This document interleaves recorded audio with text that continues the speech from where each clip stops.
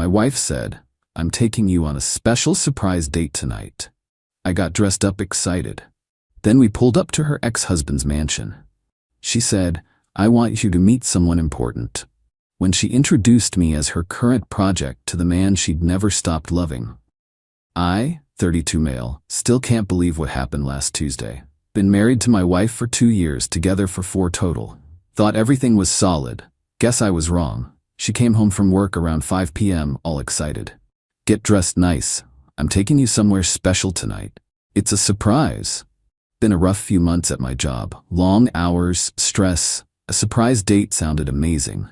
I put on my good suit, the one she bought me for our wedding reception. She was wearing this dress I'd never seen before.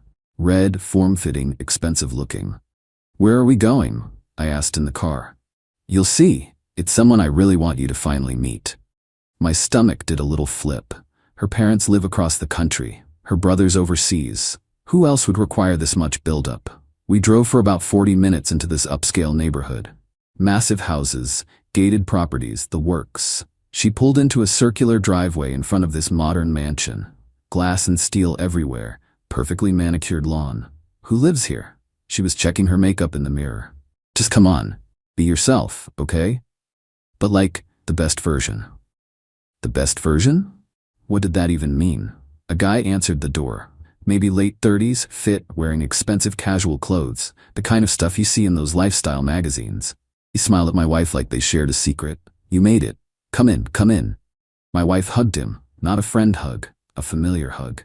"This is my husband," she said to him. Then turned to me. "Honey, this is my ex-husband." "Wait, what? Great to finally meet you," he said, shaking my hand. His grip was firm. Practiced. "Heard a lot about you." I looked at my wife. She'd mentioned her ex maybe twice in 4 years, always vague. "It didn't work out," she'd said. "We wanted different things." "Come see the house," he said. Just finished renovating the pool area. And just like that, we were getting a tour. My wife was oohing and ahhing over the kitchen renovations, the home theater, the wine cellar. I felt like a third wheel at my own, whatever this was. In the living room, there were other people. 2 couples, both seemed to know my wife's ex well, probably his friends. "Everyone, this is my ex-wife and her husband," he announced. My wife jumped in. "This is my current project." She said it laughing. Playful, like it was an inside joke. Everyone laughed. Except me. "Project?" I asked quietly.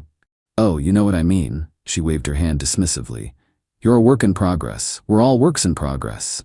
But the way she said it, the way his friends looked at me like I was something she was fixing up, upgrading, making presentable. The ex poured drinks, expensive scotch I couldn't pronounce. We sat in his living room while he talked about his business ventures, his recent vacation to somewhere European, his new car. My wife was hanging on every word. "Remember when we went there?" she said at one point. "That little restaurant by the water?" How could I forget? He smiled at her. Not at me. At her. I sat there for 2 hours. 2 hours of watching my wife light up for her ex-husband in ways I hadn't seen in months. 2 hours of being the current project while he was clearly still the one. On the drive home I was quiet. "Wasn't that fun?" she asked. "I've been wanting you two to meet forever." "Why?" "Why what?" "Why did you want me to meet your ex-husband?" "Because he's important to me. We're still friends. I don't believe in cutting people out just because a relationship ends." "You introduced me as your project." "Oh my God, don't be sensitive. It was a joke." "Didn't feel like a joke." "Well, it was. You're being ridiculous." We didn't talk the rest of the drive. I couldn't sleep that night. Kept replaying the evening. The way she touched his arm when she laughed. The way she dressed up for him, not for me. The way everyone in that room understood something I didn't. Next morning I called in sick to work. Started looking through her stuff. Not proud of it, but I needed to know. Found her iPad in her nightstand. She never locks it. Text messages going back months. Daily texts with her ex. "Thinking about you. Miss your face. Remember when we..." Photos she'd sent him. Not inappropriate, but intimate. Her in that red dress before we left. "How do I look?" His response? "Perfect, like always." Email exchanges about our future and timing and when things settle. There was a thread about me, him asking how's the project coming along, her responding, getting there, still rough around the edges but he's trainable. I'm trainable. Like a dog. I screenshot everything, sent it to my email, put her iPad back exactly where I found it. When she got home from work, I was calm. Made dinner. We ate in silence. "Are you still mad about last night?" she finally asked. "Nope." "Good, because I'm going to his place again Friday. He's having a small dinner party. Thought we could go together." "Actually, I have plans Friday." "What plans?" "Meeting with a divorce attorney." Her fork clattered onto her plate. "What?" I saw the texts, the emails, all of it. Her face went through about 5 emotions in 3 seconds, landed on angry. "You went through my iPad?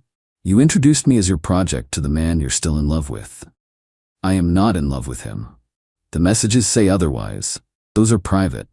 We're married. There is no private when it comes to another man." She stood up. "You're overreacting. We're just friends. Friends don't talk about our future and timing. Friends don't send dress photos asking how they look. You're twisting everything." "I'm done," I said. "I'm filing Monday morning." "You can't be serious." "Watch me." Update 1. 5 days later, the entitlement came fast. She spent Thursday trying to convince me I was misinterpreting everything. Friday she tried tears. Saturday she tried anger. Sunday she tried bargaining. "If you're that insecure, I'll stop talking to him." It's not about insecurity. It's about respect.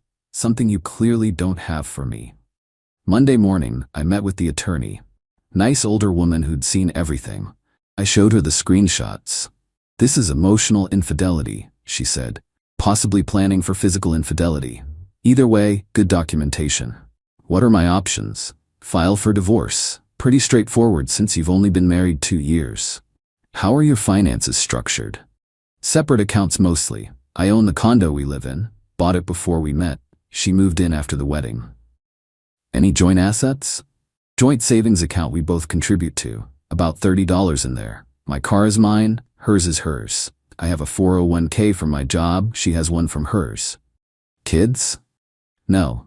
"This should be relatively clean then. You'll likely split the joint savings, your individual accounts stay separate, retirement funds stay separate since you've only been married 2 years. The condo is yours." "What about her?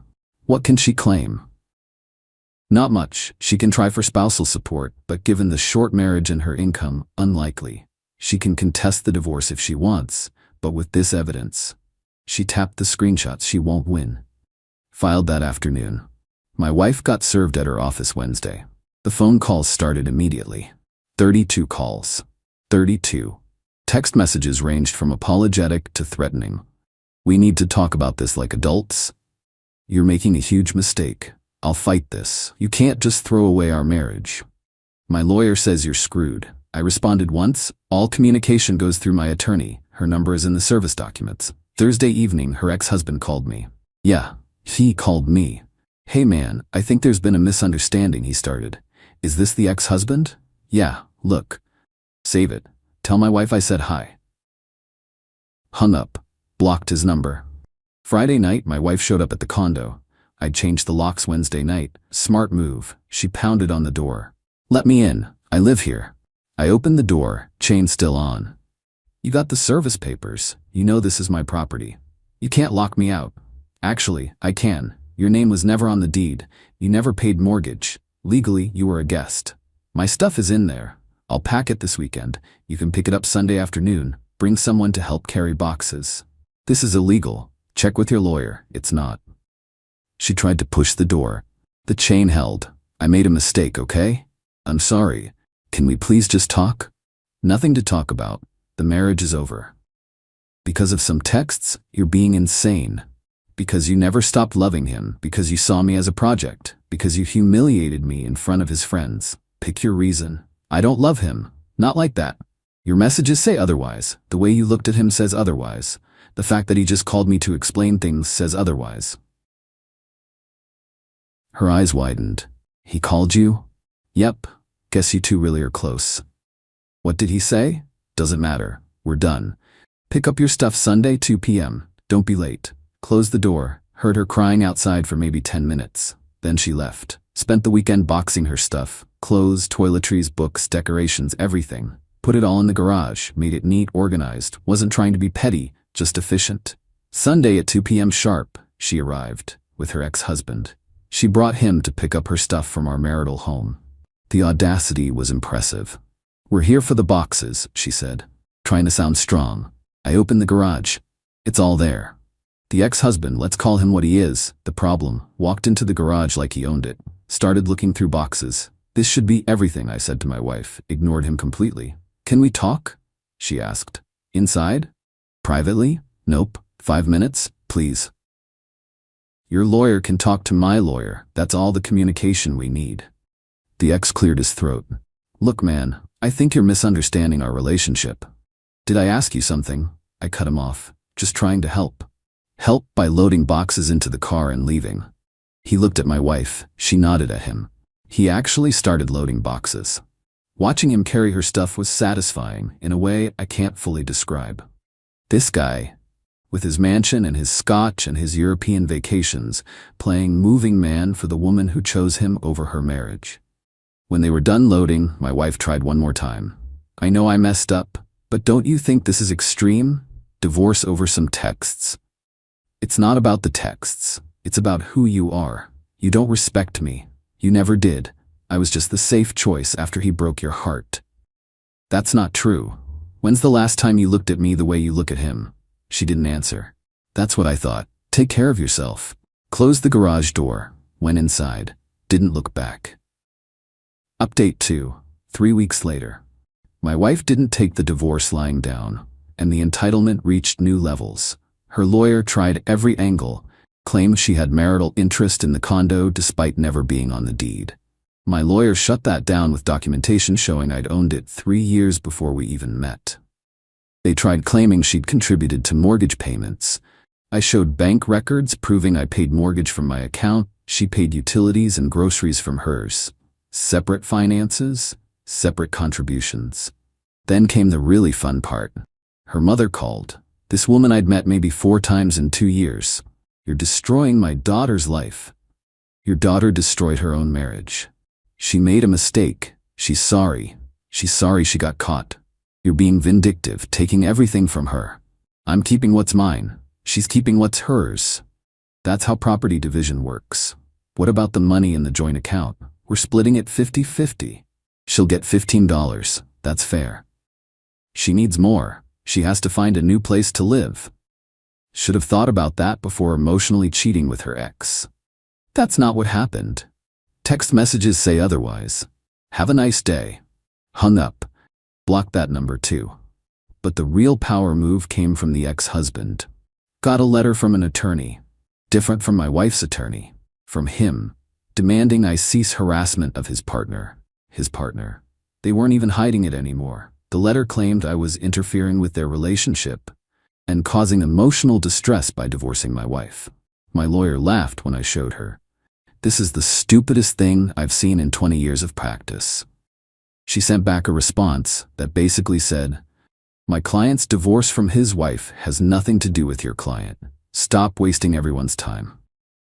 But here's where it got interesting. Through some mutual acquaintances, I found out the ex-husband's business partner wasn't thrilled about him getting involved with a married woman. Their company did government contracts, optics mattered. I didn't have to do anything with this information, just knowing it was enough. 2 days later, my wife called from a different number. I answered just to hear what excuse she'd come up with. You told his business partner about us. I didn't tell anyone anything. Someone did. Now he's getting pressure at work. Not my problem. You're trying to ruin his life because you can't have me. I actually laughed. Can't have you? I'm divorcing you. You're the one who apparently couldn't let him go. We're in love. We always have been. Finally, the truth. Then why'd you marry me? Silence. Why'd you waste 2 years of my life pretending you wanted to be my wife when you were really just killing time until he wanted you back? It wasn't like that. What was it like then? Explain it to me. More silence. You can't, can you? Because there's no good explanation. You used me, probably to make him jealous, or to prove you could move on, or because you wanted to feel wanted, and when he snapped his fingers, you were ready to go running back. That's not fair. Neither is introducing your husband as a project to the man you actually love. Funny how that works. I do love you, just differently. Differently, right? Like you love a pet or a hobby. Stop twisting my words. I'm done with this conversation, and I'm done with you. Sign the divorce papers, move on with your life, be with him. I genuinely don't care anymore. You do care. That's why you're being so mean. I'm being honest. There's a difference. Goodbye. Block that number. The court date for the temporary orders hearing came up. My wife showed up with her new attorney. Apparently the first one dropped her. This one looked fresh out of law school. The judge reviewed everything. The text messages, the emails, the timeline. Mrs., you were in communication with your ex-husband throughout your current marriage? We're friends, Your Honor. Friends who discuss our future and timing? Those messages were taken out of context. What context makes this appropriate? She didn't have an answer. Temporary orders granted everything I asked for. Exclusive use of the condo, split of joint account, no spousal support pending final divorce. My wife's attorney tried to argue she needed emergency funds. Judge asked why. She has to find new housing, Your Honor. Does she have employment? Yes, but then she can use her employment income for housing. Motion denied. Outside the courthouse, my wife was crying. Her mother was there, glaring at me like I'd personally victimized them. The ex-husband was there too, standing off to the side, waiting. She went straight to him. He put his arm around her. I walked to my car alone. But honestly, I felt lighter than I had in months. Final update. 2 months later, the divorce finalized last week. Took about 90 days total from filing to final decree. Pretty fast, according to my lawyer. Final terms. I kept the condo. We split the joint savings, $15K each. Each kept our individual retirement accounts. Each kept our own vehicles. No spousal support. Each paid our own legal fees. She tried to fight for more. Her lawyer made motions claiming she'd given up career opportunities for the marriage. False. She had the same job the whole time. Claimed she'd contributed to the condo's value through homemaking. Also false. We both worked full-time and split household duties. Judge wasn't having it. 2-year marriage, separate finances, clear evidence of infidelity. Done and done. The interesting part came after. Remember the ex-husband's business partner? Turns out the government contract stuff was legit. His company lost a major contract renewal. Not because of my wife directly, but because during the renewal process there were questions about the principal's character and judgment. Dating a married woman while her divorce was pending apparently didn't scream sound judgment to the contracting officers. The ex-husband's company took a major financial hit. Word through the grapevine is that the business partner was furious and forced him out. Bought out his stake at a significant loss. My wife moved in with him right after our divorce finalized, into his fancy mansion with his expensive scotch and his European vacation photos. 2 weeks later, she moved out. Heard from a mutual friend that once the business fell apart, his personality changed. Suddenly he was stressed, angry, not the sophisticated, charming guy anymore. Turned out most of his lifestyle was leveraged on that business success. My wife apparently didn't like struggling version of him. Imagine that. She's living with her mother now. According to social media, I don't look, but people still tell me things. She's focusing on herself and learning from past mistakes. The ex-husband's mansion is for sale. Market's rough right now. He's probably underwater on it. As for me, I'm doing fine. Not great, not terrible, just fine. Lost some money on legal fees, about $8 total. Lost 2 years of my life to a relationship that was never real. Lost some faith in people's capacity for honesty. But I kept my dignity, kept my home, kept my self-respect. The condo's quiet now, in a good way.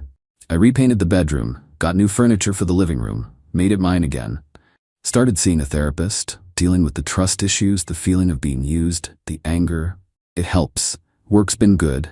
That stressful project finished. Got a small promotion actually. More responsibility, better pay. My boss told me I seemed more focused lately. Guess divorce does that. I'm not ready to date yet.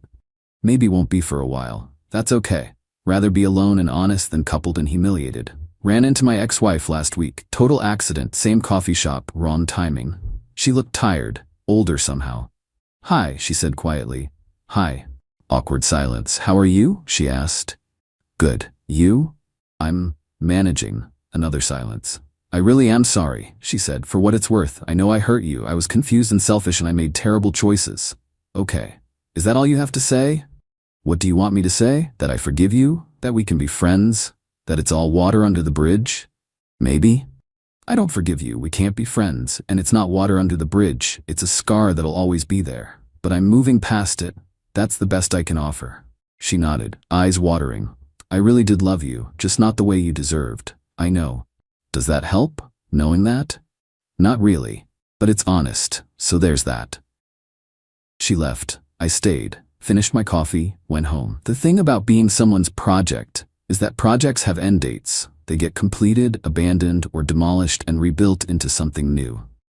She tried to rebuild me into whatever she thought I should be, what she thought would make her ex-husband jealous, or would prove she'd moved on, or would fill whatever void she had inside. But I was never a project.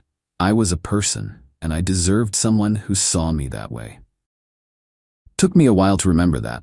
Took being humiliated at a mansion, finding devastating text messages, and going through a divorce at 32 to really understand it. But I get it now. I'm not anybody's project. Not anymore. The divorce papers are in a folder in my file cabinet, right next to the screenshots of those messages. I keep them as a reminder, not of her betrayal, but of my decision to walk away. Some people stay in situations like that, convince themselves it's fine, it'll get better, not they're overreacting. Make excuses for being treated as less than. I didn't, and that's the part I'm proud of. The revenge wasn't elaborate, didn't sabotage anyone's job or relationship, didn't blast them on social media, didn't try to turn people against them. The revenge was simple. I left. I took my dignity, my self-respect, and my property, and I walked away. Let them have each other and whatever mess came with it. Turns out that was enough. Karma handled the rest on its own. His business imploded. Their relationship fell apart. Her life got significantly harder.